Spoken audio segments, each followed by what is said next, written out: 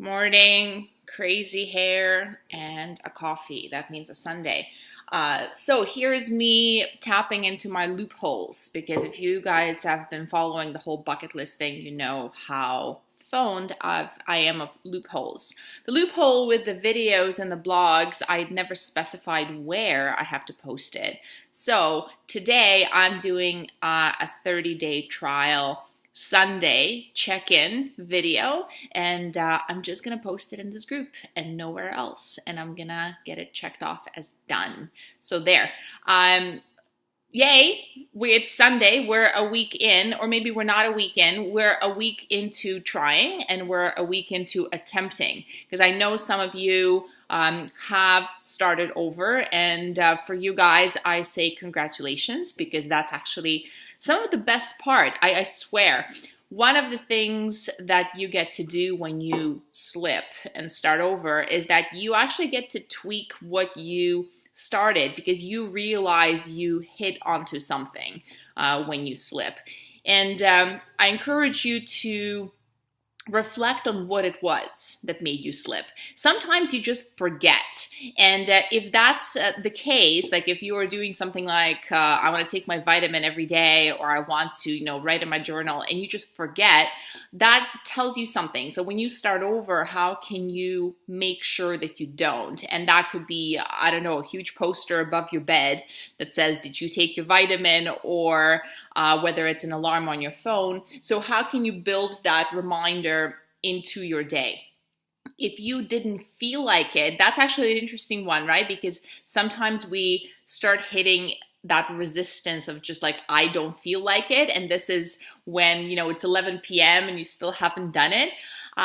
This one tends to go away the further into the trial you go, because as some of you have already pointed out, if you're at like day 14 and you don't feel like it, that's too freaking bad. You're probably going to do it anyway because you're already 2 weeks in and you really don't feel like starting over. But it's a little bit harder when you're 2 days in, right? So starting over doesn't seem to be as big of a deal. Now, if you are on day 7, 6, what is it? We started on Monday. I guess it should be 7.